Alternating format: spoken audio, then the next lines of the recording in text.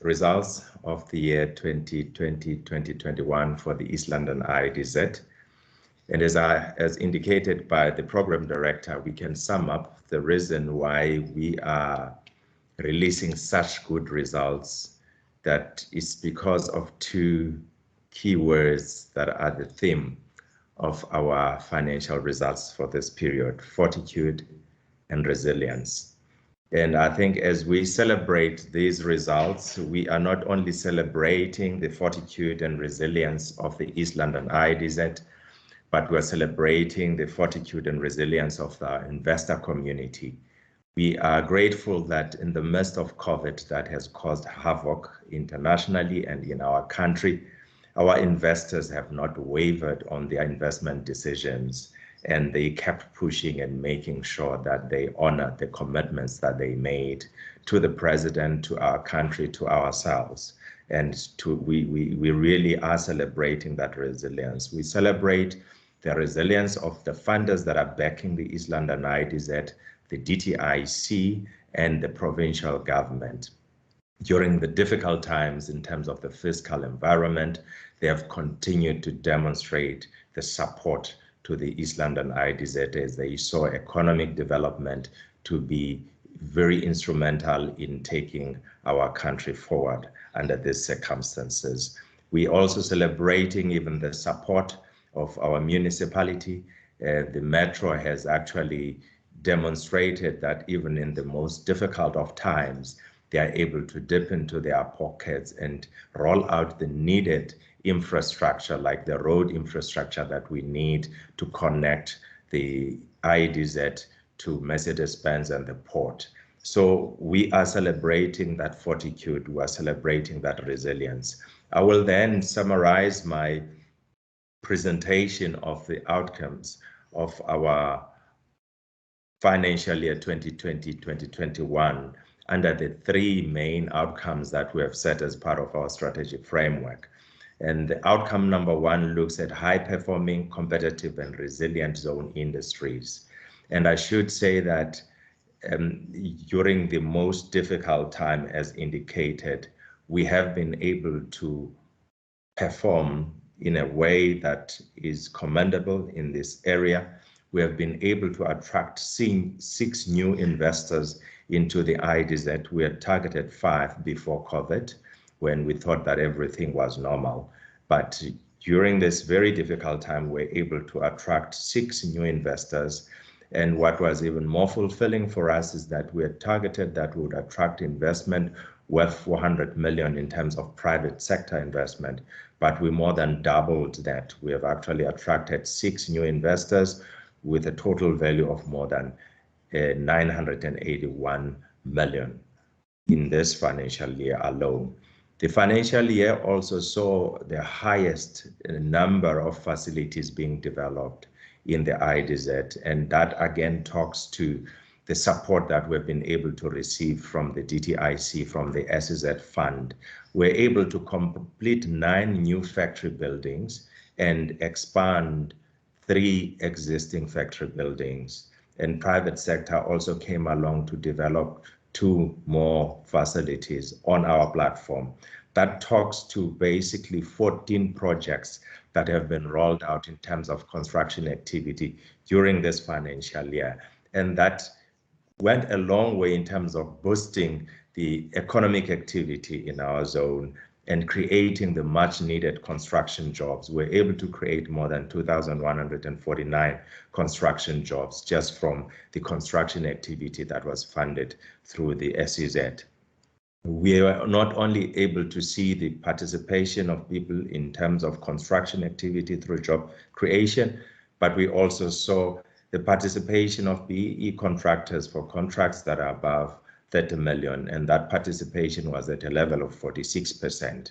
And we're quite excited to see how the bigger contractors have actually responded to the call in terms of allowing participation of BBBE smaller contractors. We actually saw something that is part of our mandate as the ELIDZ, which is driving export-oriented manufacturing. And we saw this growing from 453 million in the year to 1.1 billion in terms of the volume of exports that has been driven through our platform, which is right at the center of our mandate. We saw the zone industries growing from in terms of turnover from 896 million to 2.2 billion.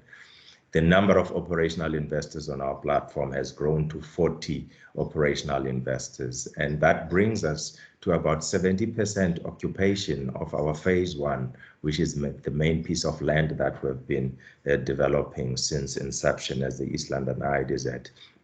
That then says that in terms of high-performing, competitive and resilient zone industries, we have definitely performed given those numbers. The other outcome that we look at in terms of what we have got in our strategic framework is driving technology-led innovation and industrial modernization. I think it has become very clear that the issue of industrial upgrading and modernization is key for our survival and for our ongoing competitiveness as a program of government that is looking at industrialization. We have then, through our Science and Technology Park, put together a concept of a manufacturing incubator, which we believe is quite essential in terms of ensuring that there are a number of manufacturers, younger manufacturers, Black manufacturers, that are actually given training and are able to go out and establish their own manufacturing industries, both in the zone and also in the industrial parks that are being revived by our government.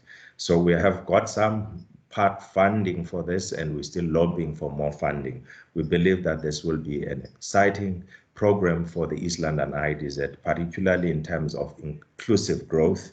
We are very excited to see this taking off.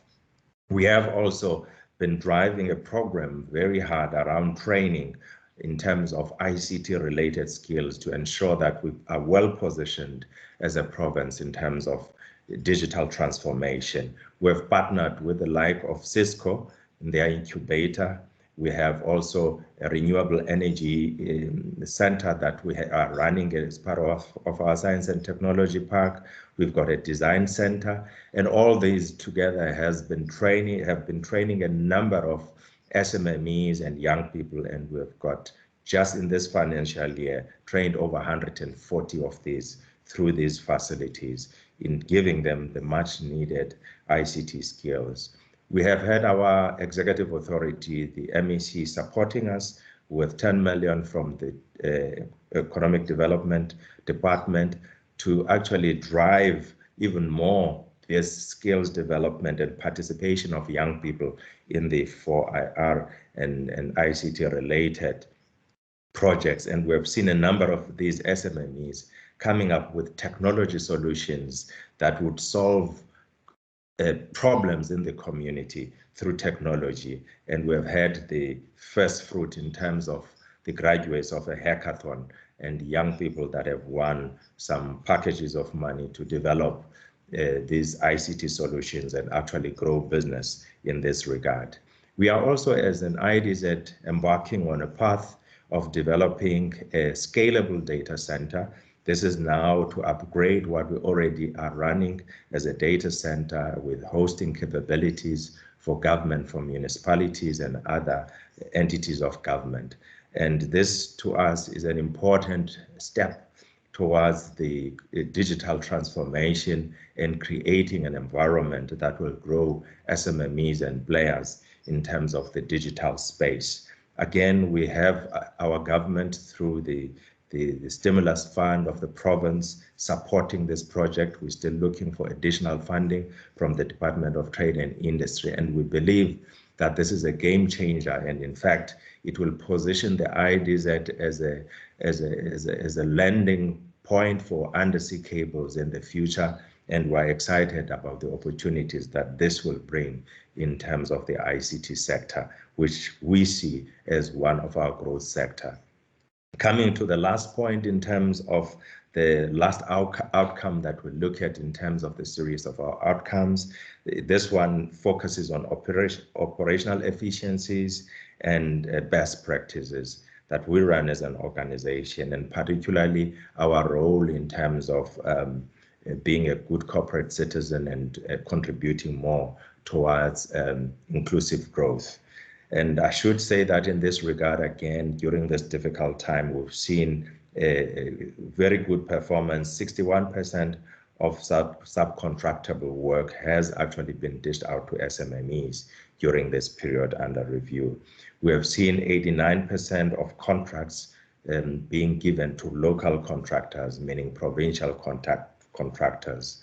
But as an organization that is positioning itself as a world-class operator of a special economic zone, we have also managed during this period to maintain some of the critical ISO certification, starting from ISO 9001 in terms of quality, to ISO 14001, to ISO 45001, which basically puts us as a credible player and a credible location in terms of a well-managed and world-class industrial park, where international and national players can be able to locate and know that they are on a platform that is robust and well managed, and they are positioned to grow and be competitive in terms of their manufacturing activity. I will close on that then, Chair, and maybe just like Mr. Kanana, I do want to acknowledge the leadership of our board, and particularly the confidence from our board in giving us the spaces management to run and innovate. And especially during these difficult times, I think the COVID, when it hit, it sent shockwaves, and it would be easy for boards to clamp down and want to be very operational. But we've seen our board giving us the confidence that we need as management to just keep running. Again, the provincial government, I've mentioned during the AGM, that we have seen government working like never before, and the economic development team, right from the cluster to the leadership by the HOD, we have seen the leadership in terms of developing the economic recovery program that we have been part of as an organization, and we're excited about that. And Team East London ELIDZ, our city, we are proud to be part of Buffalo City. In fact, our kind of a model in terms of being an SEZ that is owned by provincial and local government seems to be the model now that the Minister of DTIC is taking as the most ideal model, that there needs to be participation of the various spheres of government in driving this very important program in terms of economic development. So I would like to thank my management team, the entire staff of the East London ELIDZ, working under very difficult conditions with people working from home, but we have actually seen every member of staff raising the bar and working even harder under these very difficult circumstances to be able to achieve what we have achieved. Thank you, Program Director.